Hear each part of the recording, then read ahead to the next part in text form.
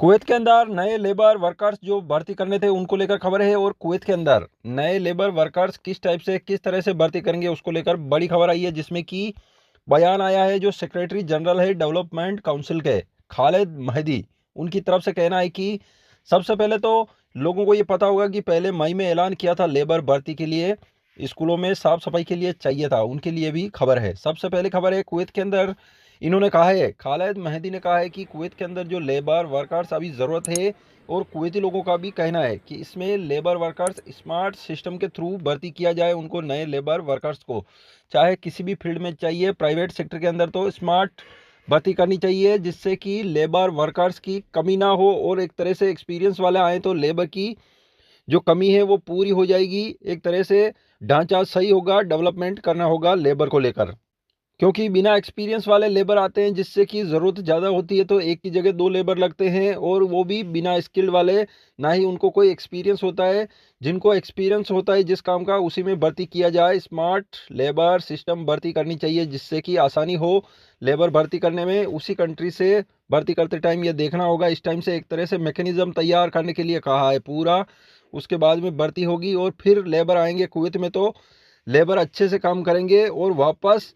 क्योंकि अगर वो उस काम में इंटरेस्टेड है तो वो कुवैत छोड़ के नहीं जाएंगे, उनको बराबर जो है सैलरी मिलेगी।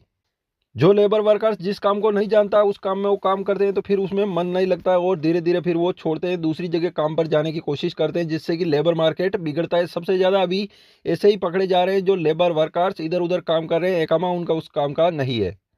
इसमें अगर खादिम के लेबर भी भर्ती करेंगे तो उनको बताया जाएगा कि कुवैतियों के घरों पर काम करना होगा, इस टाइप से काम करना होगा, यानी कि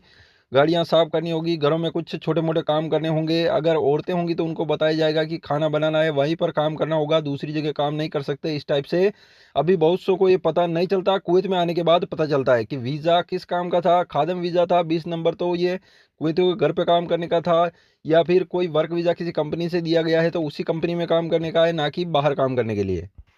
इसके बाद अगली खबर है, कुवैत में जो स्कूलों में भर्ती करने वाले हैं, जिसको लेकर